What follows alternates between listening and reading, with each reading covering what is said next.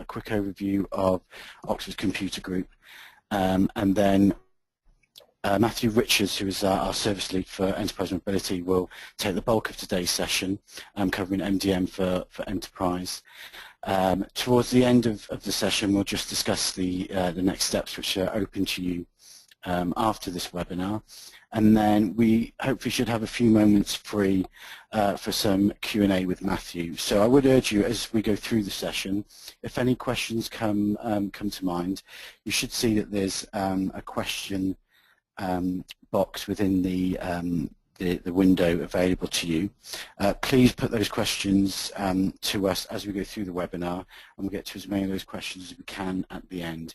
Any that we don't manage to cover off today on the webinar, we will come back to you with answers post the webinar. And also be aware that today's webinar is being recorded, so we can make this available to you at a later date, so you can share it with your colleagues and also review it again at a later date. So really what I want to discuss here, so this is really the strategic approach which that Oxford Computer Group take with regards to enterprise mobility. And for those of you that have worked with us previously or are aware of us, you'll understand that traditionally our business has been around identity management. And what we find is really that identity is the last control plane available in this ever-changing IT world. And what it's enabling you to do is really to understand the need to make sure that you have the right people accessing the right things. And really, in an absence of a well-managed identity system, organisations have issues taking on new members, and equally when people leave, and it can leave them their businesses open to risk, especially if there's still access to the systems they've been using. Now, what we find today, again, as the IT world is changing, and we're approaching more of a mobile world within business. These three pillars here are what we believe are the core pieces really to a truly mobile business, and these are the core pillars, three core pillars that we tend to look at when we're looking at a strategic approach to mobility. We're not saying that they're in any particular order, that you should tackle one before the other. Obviously, you can decide to go for the device management to begin with, or likewise information protection, hybrid identity. But what we do see is that the hybrid identity piece is really the part which holds everything together. And it's really, you may take the tactical approach to begin your project, but it's upfront being able to take the strategic view of where it is that your business needs to be in this new mobile world. And what we find, as I said, that the hybrid identity piece is really the piece that will glue the whole strategy together. With regards to mobile device management, we're living in a world where people, sorry, we've just moved a few slides there, where people are readily using their own devices to access systems, business systems, whether they work from home or even sometimes in the office with bring your own device as well, and combining that with statistics around data breaches and how a lot of the time that can be attributed to staff and on the devices that they're using. Really, this is where the identity piece comes into its own. And then the information protection piece here, where we're discussing and looking at the final piece of the puzzle is, understanding how to protect the information, and allowing it to still remain safe and compliant even when it's not inside your immediate control. So the next slide really is just a brief overview, I guess, of who Oxford Computer Group are. So as I said, where we find ourselves today is we are the enterprise mobility experts, really, and our business is around obviously consulting, managed services, and support also. And what we find is we're recognised as the industry experts around Microsoft Identity Solutions and the EMS solution, which is now available. And over the years, we've been operating now for many years, and we've also heavily involved with training. We've authored many of the Microsoft training courses and trained thousands of delegates on the technology, and we've also done hundreds of enterprise deployments around identity and also in this new kind of enterprise mobility world also. And what we found over the last decade, we've been very happy that we've either won or become a runner-up within the Microsoft Partner of the Year prize, which has been a great achievement for us. So the next slide I want to show you is really just to emphasize the track record that we have as a business and the people that we've been working with over the years. And really this is to show that we can work with many types of businesses which have many different types of needs, because our approach is that we will come in and really understand the issues that your businesses may be having, so we can get right under the skin of what those problems may be and able to offer the right solution for your business with the outcomes and the objectives that that you need. So moving on, what I'd like to do is to now hand over to Matthew Richard, who's our Enterprise Mobility Lead, who can take the bulk of the rest of this session and cover the mobile device management piece. Matt, are you okay to take over now? I certainly am. I'm assuming you can hear me loud and clear? Yeah, we can all hear you. That's great. Excellent. Okay, well, thanks very much, Ross.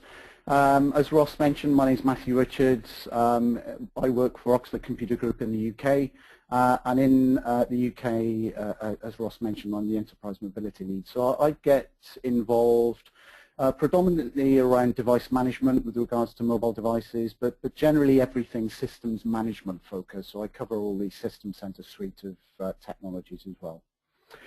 What I'd like to do now is probably spend around 20-25 minutes. If I'm being optimistic, I do have a tendency to run over slightly, but I will try and keep on a tight schedule.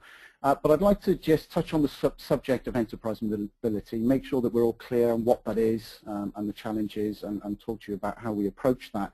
And the layers that we go into at Oxford Computer Group. Then I want to go into the meat of the presentation then, so talk about Windows or Microsoft Intune actually as it is today, which has been recently rebranded.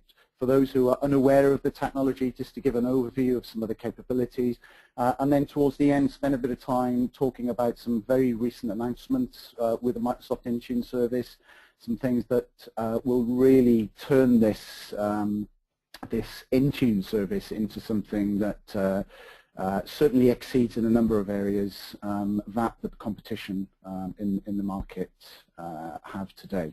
So without further ado, let me move on to my next slide. I'm not going to spend too much time on here, but suffice to say, my view of enterprise mobility is specifically talking about enabling your end users to use a number of different devices in a number of different locations, and making sure that you do that in a secure and a controlled way.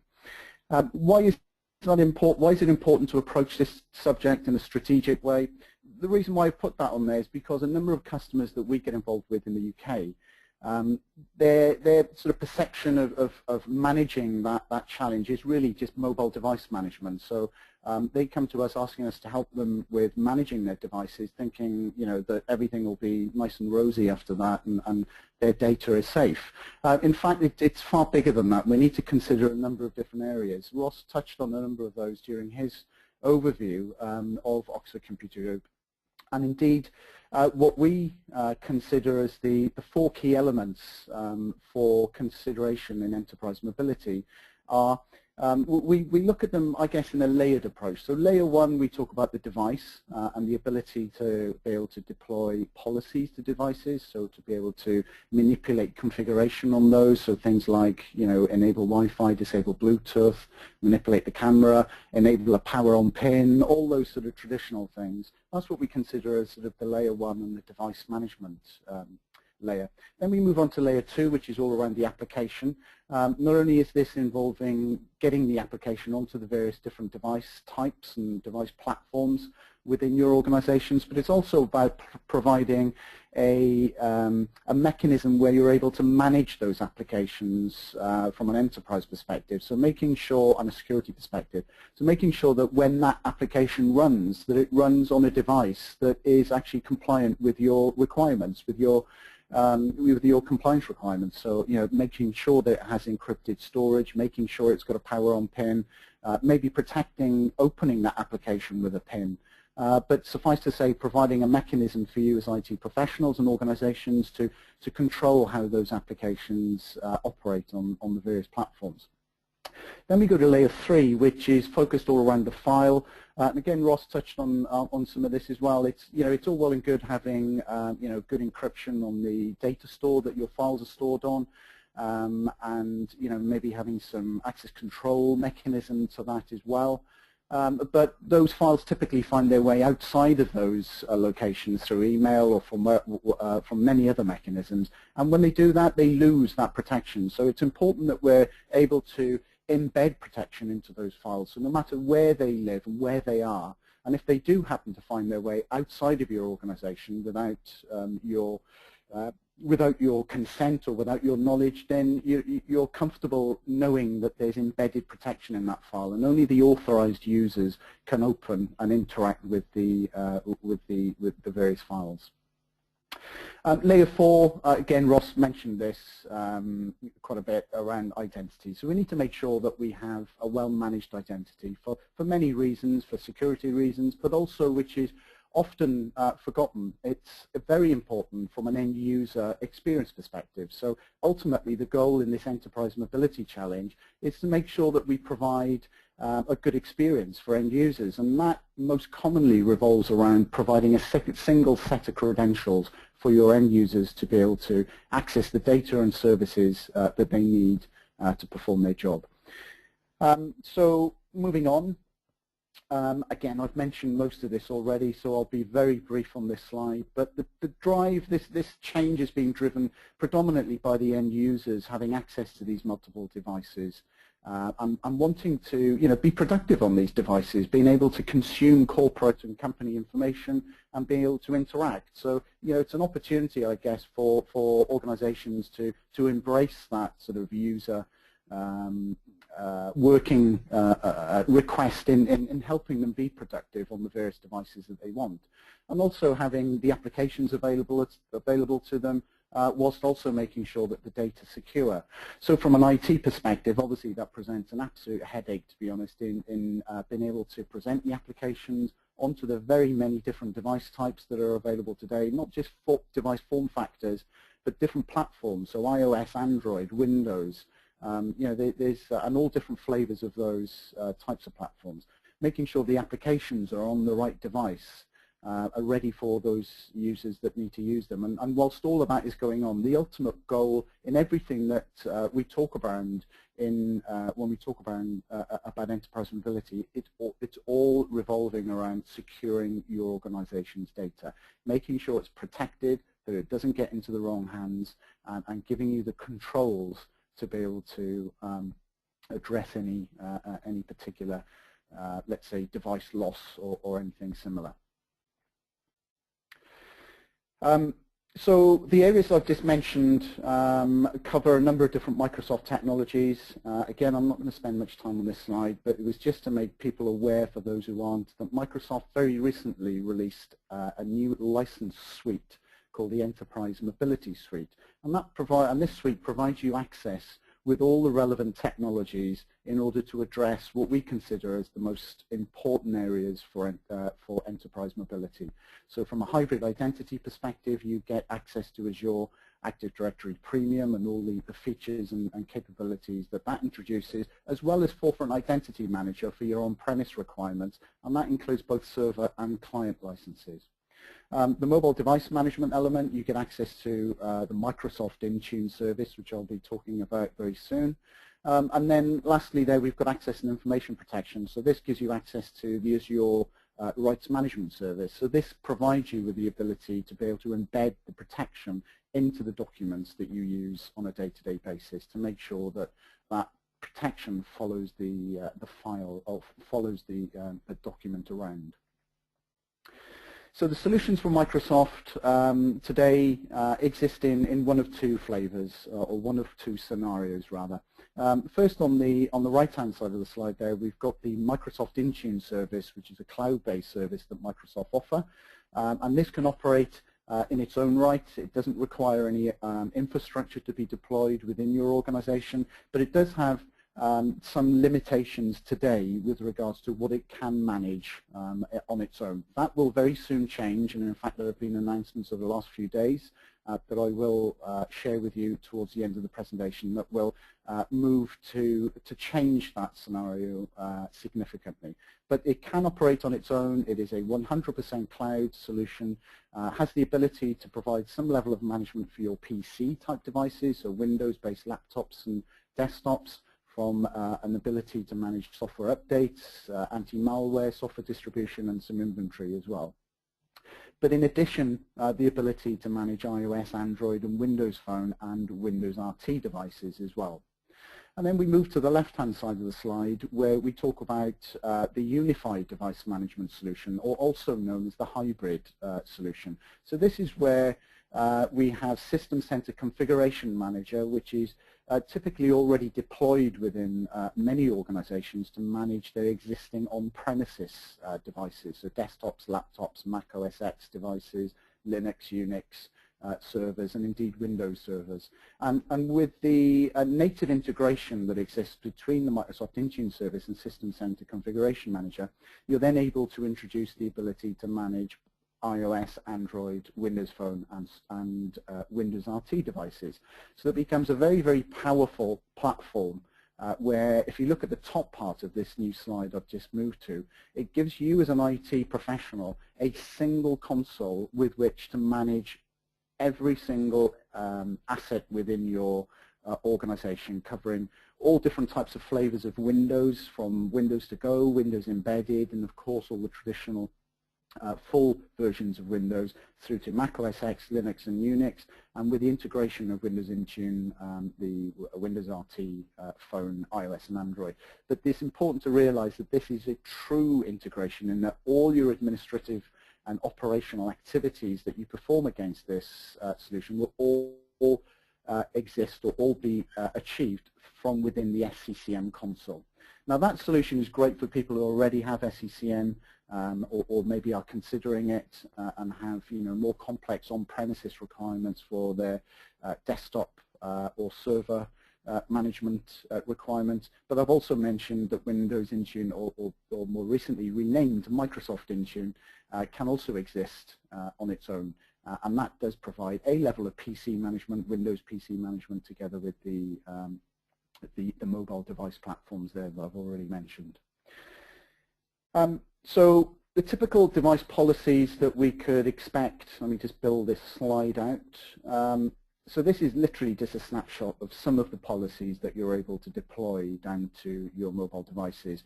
And there's an important distinction between policies and profiles, which I'll talk about in a second. So a policy is very much manipulating a given feature or a setting on a device. And what you see in front of you on the slide is just an example of some of those policies that you're able to deploy. So some things that we find are extremely common in almost every single deployment that we do are around enforcing power on passwords. So this can be a complex password, an alphanumeric password. You have lots of options to control that that requirement, as well as manipulating or disabling or enabling things like camera, Bluetooth, Wi-Fi, or NFC if those are not appropriate within your respective organizations. And a whole host. I'm not going to go through all of those. And suffice to say, on TechNet in their library section, there is an exhaustive list of device policies that are available for you to review, that apply to all the different platforms available. Now, this is an ever-changing list. And obviously, one platform has something one day, another platform will have another feature moving on. But Microsoft's goal absolutely in this area is to have feature parity across the whole platform, but there will be this sort of staggering effect as Microsoft introduces new capabilities. So moving on to the profile management within the solution, and I have to be clear here that the solution I'm talking about today is the unified or the hybrid solution. So these are the things from this point onwards that I talk about, are things that you can do with a hybrid solution. Some of the changes announced over the last couple of days will also allow you to do this in a cloud-only solution, but that's not available yet. It's available very soon, but not quite yet. So you have the ability to define and deploy VPN profile management for your various devices. So for those users who need to initiate a VPN connection to access certain resources, you can pre-create that profile for your end users. That support a number of different vendors, as you can see on the slide there. But interestingly, we also have the ability to be able to configure automatic VPN connections. So VPN connections that are triggered when you open an application, for instance. So if an application depends on having access to data within your organization that requires a VPN connection to get at it, then you can configure that automatically to happen as and when the application opens without the user having to initiate anything. So that's a great feature, and that will come across all the 3 mobile platforms very soon. Then we move into Wi-Fi and certificate profiles. So if we look at Wi-Fi, first of all, in the same theme as VPN, we're able to pre-create and provision Wi-Fi profiles for your end users to use on their mobile devices. And this can include provisioning Wi-Fi profiles that require shared keys to access. The shared key feature is not something that's exposed in the UI. That's something that you need to create through a custom setting, which I'll talk about briefly in a second. But also for those Wi-Fi hotspots or access points that require certificate authentication, and that tends to be the most common in our experience in the UK, certainly working with enterprise organizations like yourselves. Then we have the ability to pre-create the certificate profiles to support that Wi-Fi authentication. And this allows the certificate to be automatically, well, to be requested in the first instance by the device and then be automatically provisioned and deployed down to the device without the end user doing anything. And that's initiated in the first instance through the creation of a certificate profile where you define your various requirements and configuration settings. You then deploy that down to your devices and associate it with a specific Wi-Fi profile, and the certificates are actually provisioned using something called a simple certificate enrollment protocol. So a widely used industry standard protocol, which I believe was originally developed by Cisco for provisioning certificates for their various network devices. So it's a tried and tested, reliable protocol that the Microsoft solution with Microsoft Intune supports fully. We also have the ability to pre-provision email profiles for your end users. So, you know, for those who want to access email, which is pretty much every single user of the mobile device, then you as IT organizations can pre-create those according to the settings that are relevant and have those automatically deployed down to the various devices so that they're ready to be used by the end users. So there's no need for the end user to actually create those manually. So I mentioned a short time ago when I talked about the Wi-Fi hotspots, the ability to embed the shared key if you're using something like WPA authentication for your access points, and you just want the end users to be able to connect to those Wi-Fi hotspots without providing them with the actual key themselves through email and various other mechanisms. And that can be achieved through creating something called a custom setting. Now today this is something that's only available in the hybrid or unified solution. This is something that you would configure within SCCM, and then it would be relayed to the Microsoft Intune service to be deployed down to your various devices. So it's the protocol that's actually being used to manage these various different devices is called the Open Mobile Alliance Device Management Protocol. It's a bit of a mouthful, but more commonly known as OMA-DM, and that's supported across you know, all the industry vendors there, so Microsoft, Apple, and Google, etc. So, for instance, those respective vendors will expose certain functionalities of their platforms to be controlled and manipulated through the OMA-DM protocol. And indeed, Microsoft, for instance, and the other vendors, the same, will have a document that lists everything, for instance, that's available on the Windows Phone 8.1 platform that you can manipulate through OMA-DM. And that's not necessarily a direct reflection of what you see in the user interface within SCCM. So what I mean by that is that there are some settings available on the platform that are not exposed in the UI yet. So if you have a requirement to manage or to manipulate some of those settings, for instance, to be able to pass or to embed the passkey or the shared key rather for your Wi-Fi hotspots, then you would need to look at creating a custom OMA DM setting to support that. Fully supported, fully documented, and available today through the unified or the hybrid solution. And in fact, moving forwards, I've not heard of any news whatsoever of this capability being provided in the cloud-only solution.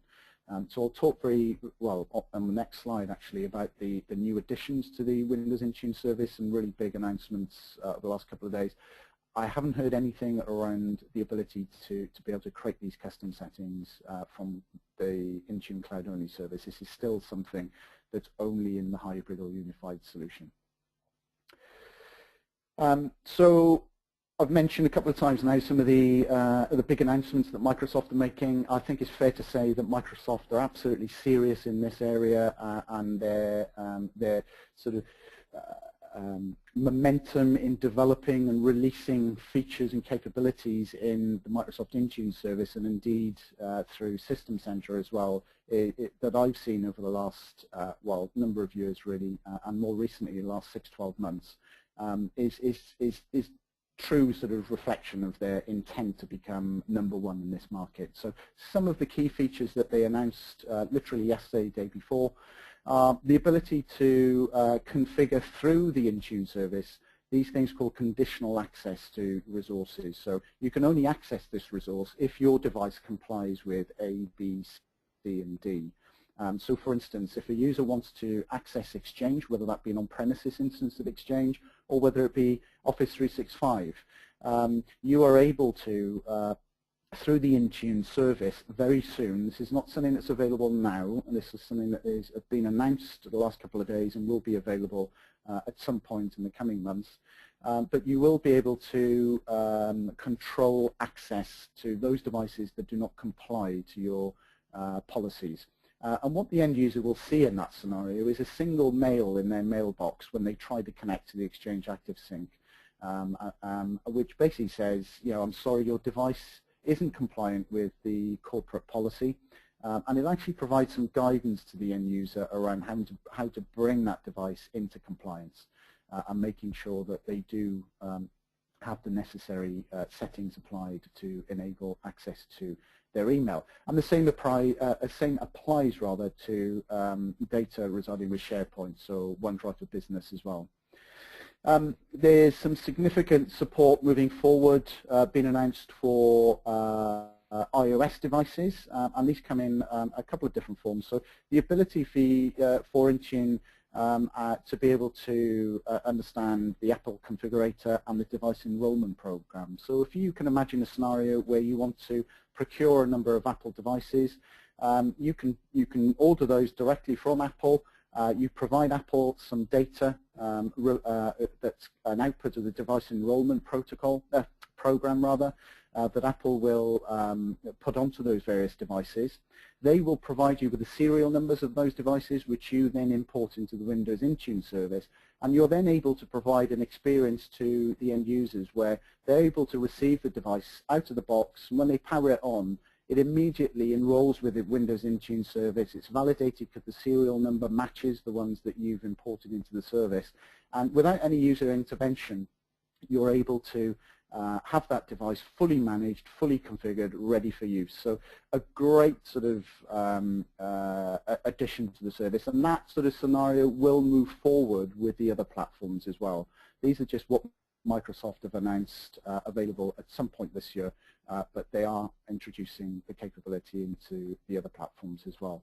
The ability to deploy and manage applications that have been purchased through the Apple Volume Channel. I think this is particularly interesting to certain education establishments that purchase apps in this way, but certainly some enterprise organizations as well might be of interest.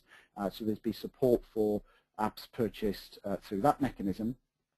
And then we have probably the biggest announcement here, which is the managed mobile or managed Office mobile apps. So this is where Microsoft is providing built into the Office mobile apps the ability for you as IT organizations to manage those applications. So when I say manage, I mean the ability for you to dictate what other applications that the Office apps are able to share data with. So can I share with Excel? Can I share with PowerPoint? Providing that secure container type scenario, which I think a lot of you probably are familiar with from other vendors. But this is using the same scenario, but with the familiar and traditional Office applications, so a really, really powerful capability, and that's something that's coming into reality sometime this year. And for those applications that you may have developed internally, so custom line of business applications that you want to participate within that Office container, then Microsoft also provide a wrapper which, without any additional development of your app, will provide the ability for you to expose certain aspects of your application within the secure container that the Office mobile apps participate within.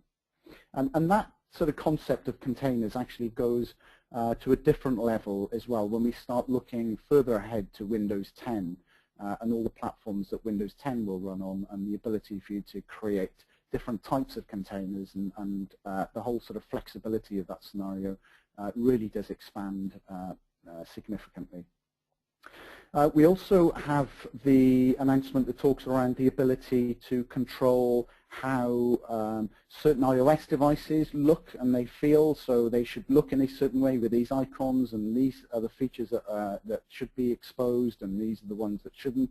You're able now to interact with the Apple configurator through Windows, the Microsoft Intune service, to deploy that, that scenario. So ideal for kiosk-type machines, in shared sort of areas.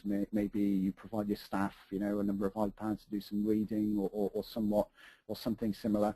And similarly for the Windows devices, the concept of assigned access and the ability to define how a device should look and what capabilities are exposed on that device.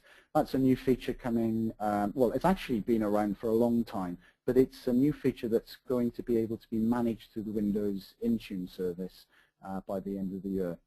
And then lastly here, there are a number of other announcements. I just don't have the time to go through those, but I think I've chosen the key ones. And one that was a particular surprise to me is that for those customers who use Office 365 today or are considering moving to Office 365, then Microsoft are going to include a subset of the Windows Intune capabilities onto Office 365. So what I mean by that is when you go to the Office 365 portal, within that portal you're able to configure and manage a number of different settings over and above that you can do today through Exchange ActiveSync. Within that familiar Office 365 portal. So they are a subset of capabilities. As I understand it, there are around 100 additional policies over and above Exchange ActiveSync that will be made available. So things like certain compliance rules. You'll also be able to provision profiles, email profiles down to your devices to support access to O365 email.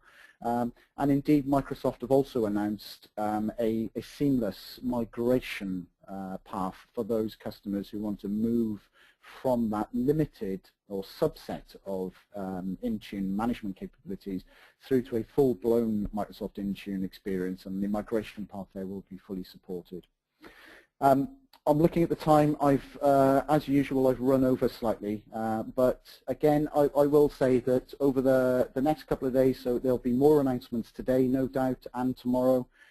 So I would urge you all to look at some of these announcements that are coming out of the TechEd event in Barcelona in Europe.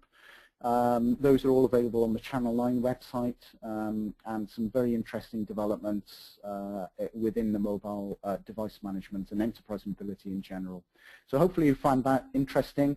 If you've got any questions, please fire them through. I'm not sure whether we'll have time to answer all of them at the end, given that I've run over. So I'm going to stop now and hand back over to Ross.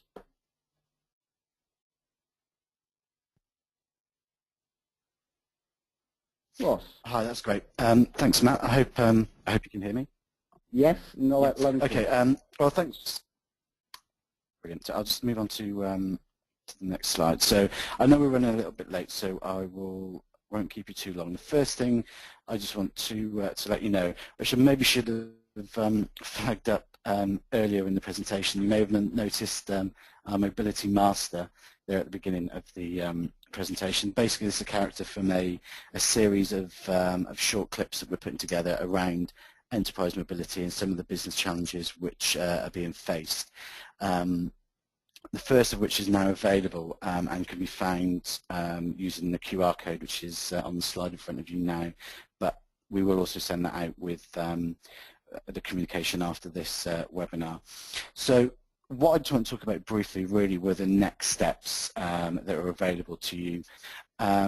So with regards to what we would like to come along and help you with is what we would do initially is come in with you, stakeholders within the projects or the current issues that may be going on within your business. And we'd like to sit down with you and really run through workshop and discovery sessions so we can really understand how best to really implement the solution that would work right for your business and give you the objectives and the outcomes that you'd really be looking for. And then also what is available are either proof of concepts, or we can go one step further and run pilots within your business.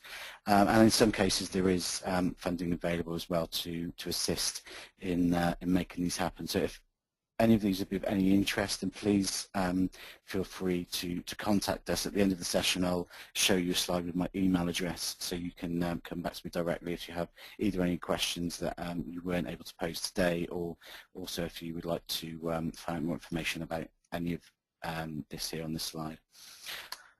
But what I'd like to do is just run through some of the questions that have come through for Matt. As we're running a bit late, I don't think we'll have much time to do all of them, but we should get through a few. So the first question I've got here, Matt, is, so you've mentioned a lot of new features, but when will these be available?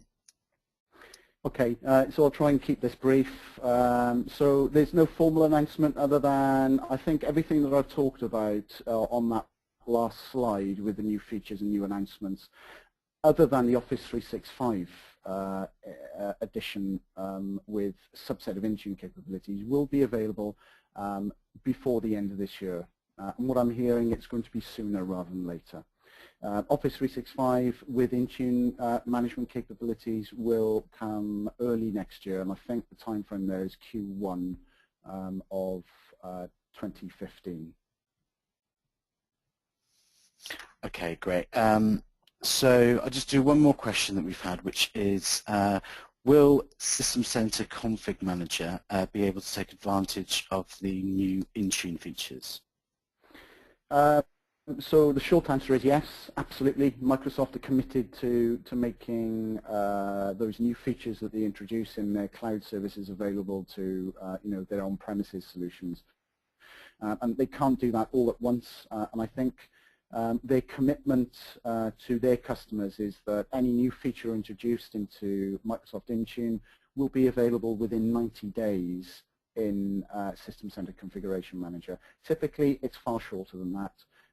But I will mention one thing that I am aware of, and that is that typically for those people who are aware, new features in Intune get introduced to SCCM through something called console extensions. I don't believe they're going to be able to extend SCCM significantly, or enough rather, to accommodate these new features that I've talked about through the console extensions. So there very likely will be a service pack upgrade, or probably more likely something like an R3 to SCCM 2012 that will light up these new features within the Microsoft Intune service. When they'll be available is sometime within the next 90 days, or 90 days of release into the Intune service. Okay. I think that's all we've got time for really with regards to questions, but we will, for those that have come in we're not able to answer, we'll come back to you directly with answers. What I just want to show you really as a passing note is here's my email address in case there's any questions or you want any more information on anything that's been talked about today, and also just some of the future events or webinars that we're at. So we're at an EMS summit in London later in November, and we're also running an Azure subscriptions webinar on that day as well. And we're doing a lot of enterprise mobility workshops across the country. At the moment, all those that we're involved in are oversubscribed, so we're just getting some new dates. But if you'd be interested in taking part of one of these, just a half-day seminar covering all the bits off with regards to Enterprise Mobility Suite, then please do get in touch and we'll make sure we can reserve a space for you. What I would suggest as well, I think with all the new features and information coming out of TechEd, we will look to consolidate all of those around enterprise mobility and definitely around mobile device management. And what we'll do is do that into another webinar, and we will send that to you as an on-demand after this webinar. So we hope to do that within the next week or so, as soon as we have all that information. But thank you everyone for joining us, and we will hope to see you on the next webinar. Thank you very much.